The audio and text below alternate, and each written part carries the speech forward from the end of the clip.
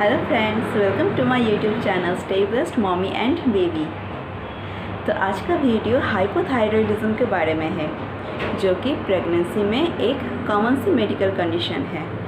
मैं खुद हाइपोथायरॉयडिज्म का पेशेंट हूँ, और ना सिर्फ मुझे प्रेगनेंसी में बल्कि जब मैं 15 साल की थी तब से मुझे हाइपोथायरॉयडिज्म है। तो अब तक तो मैं बहुत सारी ट्रीटमेंट से गुजर चुकी हूँ, बहुत सारे प्रॉब्लम फेस कर चुकी हूँ। तो आज के वीडियो में मैं आपके साथ वही सब कुछ शेयर करने वाली हूँ। तो आज का वीडियो शुरू करने से पहले अगर आप हमारे चैनल में नए हैं तो हमारे चैनल को सब्सक्राइब ज़रूर करें और नीचे दिए गए बेल बटन पर क्लिक करें ताकि कोई भी वीडियो का अपडेट आपको जल्द से जल्द मिल सके। तो चलिए दोस्तों, शुरू करते हैं हमारा आज का वीडियो। सबसे पहले हम बात करते हैं कि हाइपोथायरॉयडिज्म होता क्या है। हमारे गले में एक बटरफ्लाई के शेप का ग्लैंड होता है, थायराइड ग्लैंड। यहाँ से T3 एंड T4 नाम का हार्मोन सिक्रेशन होता है। ये थायराइड हार्मोन्स हमारे शरीर में मेटाबॉलिज्म के लिए या फिर हमारे जितने भी ऑर्गन्स हैं उनके अच्छी तरह से फंक्शनिंग के लिए बहुत ही ज़रूरी है। यहाँ तक कि ये हमारी हार्ट बीट को भी कंट्रोल करता है। यानी कि T3 और T4 ये दोनों ही हार्मोन हमारे शरीर के लिए बहुत ही इम्पॉर्टेंट है। और हमारे थायराइड ग्लैंड को स्टिमुलेट करता है TSH। हमारी ब्रेन में पीछे की तरफ पिट्यूटरी ग्लैंड होता है, वहाँ से TSH सिक्रेशन होता है, जिसका पूरा नाम है थायराइड स्टिमुलेटिंग हार्मोन। तो इसके नाम से ही पता चलता है कि ये हार्मोन हमारी थायराइड ग्लैंड को स्टिमुलेट करता है।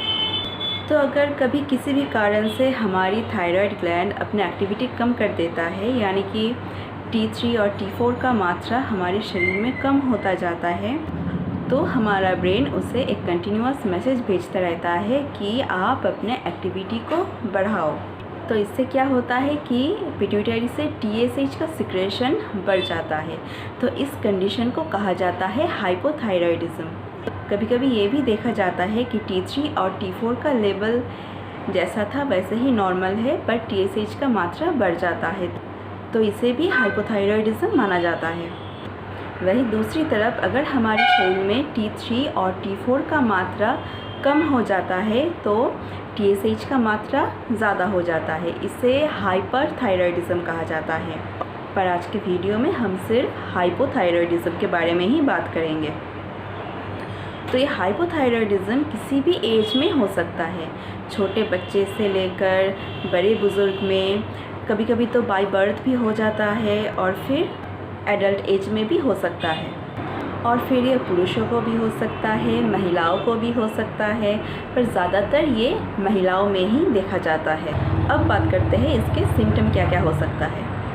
अगर आपको हाइपोथायरॉयडिज्म का प्रॉब्लम है तो आपका स्किन बहुत ज़्यादा ड्राई होने लगेगा, आपके बाल झड़ने लगेंगे, वॉइस में चेंजेस आने लगेंगे, आपका बॉडी वेट बढ़ जाएगा, शरीर में जगह जगह पर स्वेलिंग नज़र आएगी, आँखों के नीचे या हाथों में, पैरों में जगह जगह पर आपको स्वेलिंग नज़र आती है। आपके जॉइंट्स में पेन होना शुरू हो जाता है, स्वेलिंग की वजह से भी पेन होता है। कॉन्स्टिपेशन होना, नींद पूरी ना होना, या तो बहुत कम नींद आता है या फिर बहुत ज़्यादा नींद आता है, बहुत ही टायर्ड और लेथर्जी सा फील होता है, चलने फिरने में भी दिक्कत होती है, और महिलाओं में पीरियड साइकिल्स में भी डिस्टर्बेंस आता है। और जिन महिलाओं को थायराइड का प्रॉब्लम है उनमें इनफर्टिलिटी भी देखा जाता है, और अगर वो कॉन्सीव कर भी जाता है तो उनमें मिसकैरेज भी देखा जाता है। तो ये कुछ कॉमन सा सिम्टम्स है हाइपोथायरॉयडिज्म के। लेकिन प्रेगनेंसी में ये बहुत ही ज़्यादा इम्पॉर्टेंट है।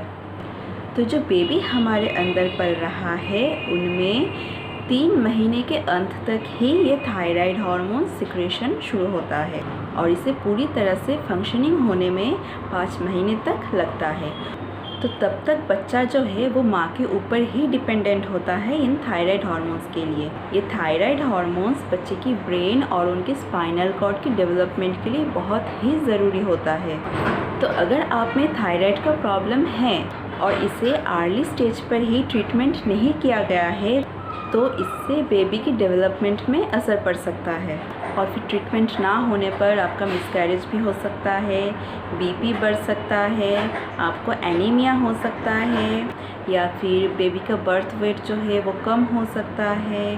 तो ऐसी बहुत सारी प्रॉब्लम हो सकती है अगर आपने ठीक समय पर इसका इलाज नहीं करवाया। तो अगर आपको पहले से थायराइड का प्रॉब्लम नहीं भी है तो भी प्रेगनेंसी के दौरान आपको ये टेस्ट करवाना बहुत ही ज़रूरी है।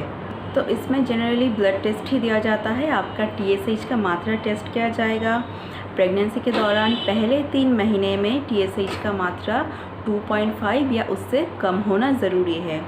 दूसरे 3 महीने में इसे 3 तक कंसीडर किया जाता है और फिर से आखिरी के 3 महीने में 2.5 तक ये होना चाहिए।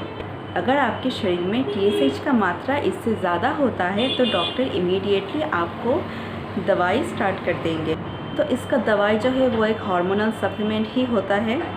मुझे थायरॉक्सिन सोडियम IP दिया गया था एज मेडिसिन, और ये मेडिसिन जो है ये आपको सुबह को खाली पेट ही खाना है, क्योंकि अगर आप कुछ खाने के बाद इसे खाते हैं तो ये ठीक तरह से अब्जॉर्ब नहीं हो पाता है। तो आपको ये खाली पेट ही खाना है। अगर आपको सुबह को टाइम नहीं मिल रहा है तो आप ध्यान रखिए कि आपको कुछ भी खाने के बाद 3 घंटे तक अगर आप भूखे हैं तो आप ये टैबलेट खा सकते हैं, और इस टैबलेट को खाने के बाद आप हाफ आवर के बाद ही कुछ खाना खाइए।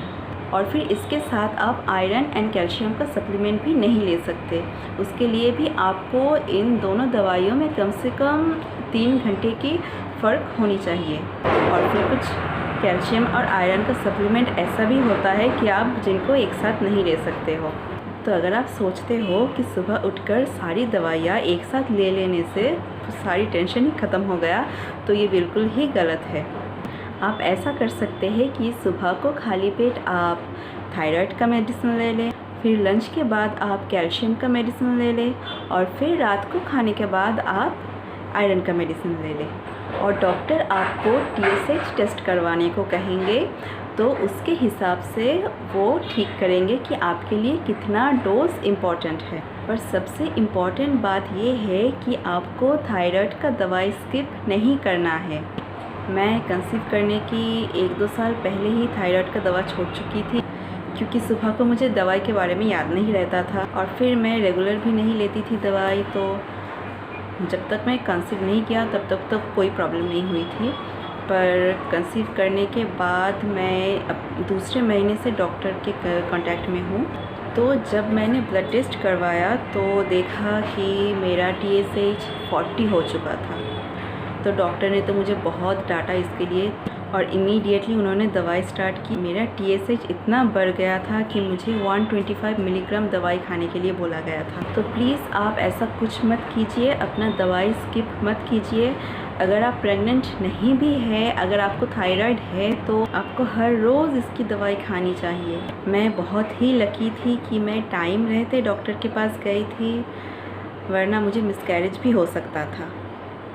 तो प्लीज़ आप ऐसा कुछ भी मत कीजिए और टाइम टू टाइम अपना दवा ले लीजिए। तो दोस्तों, ये था हमारा आज का वीडियो। अगर आपको ये वीडियो पसंद आता है तो आप इसे लाइक कीजिए, अपने दोस्तों के साथ शेयर कीजिए, और हमें कमेंट करके ज़रूर बताइए कि आपको हमारा वीडियो कैसा लगता है। तो चलिए दोस्तों, मिलते हैं हमारे अगले वीडियो में। तब तक के लिए स्टे ब्लेस्ड।